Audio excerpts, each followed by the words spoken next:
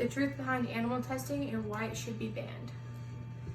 From shampoo and makeup that you use and the medicine we take, it's good to be tested to make sure it's not dangerous and will work for us. But most of the testing is usually done through animal testing subjects.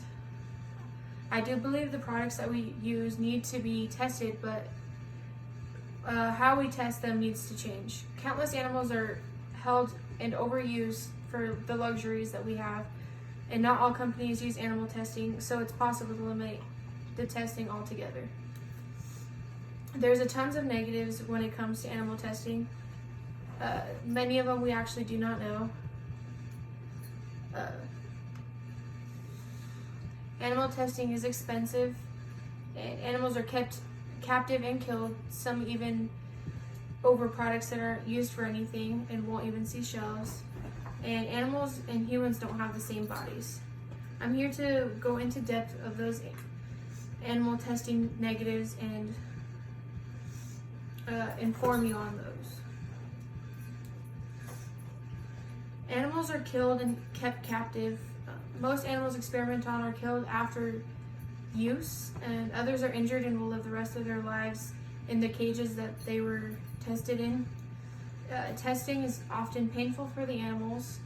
They are often deprived of food and water, force-fed, physically restrained for long periods of time, and inflicted with pains and wounds just to test the healing process, effects, remedies, and sometimes even killed as part of these processes.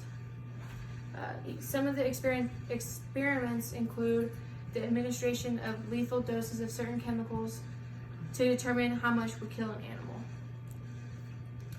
On top of that, it's very expensive. Animal testing generally costs an enormous amount of money, as animals must be fed, housed, cared for, and treated with drugs or with similar experimental substances.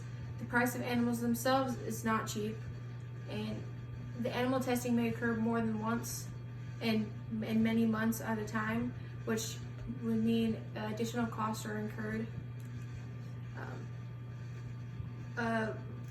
With that, animals are used in unuseful products or unuseful testing, aka wasteful testing. Many products that are tested with animals aren't even hitting store shelves, and many of these animals are received for tests and substances that actually are not approved for human consumption or use. Even those drugs that are approved are not universally effective due to individuals' reactions. 1 in 4 to 1 in 24 people who take them on the top drugs is usually all it helps with. Animals and humans aren't biologically fully the same. Reaction of a drug in an animal's body is quite different from the reaction in humans, meaning the animals aren't reliable for testing some human products. Some products and medicines have had the potential to harm animals and are actually helpful to humans, such as aspirins. 90% of drugs fail human trials despite the results they had in animal testing. Take a look at your furry friends and think about them for a moment. What if your companion was used in animal testing? Just to give you those products like makeup, body sprays, etc.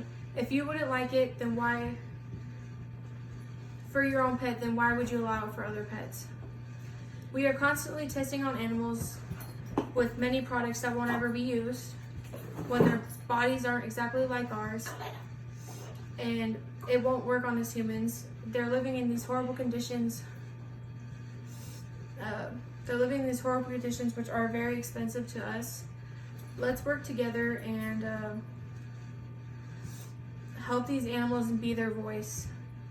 All of my sources information come from PETA.org,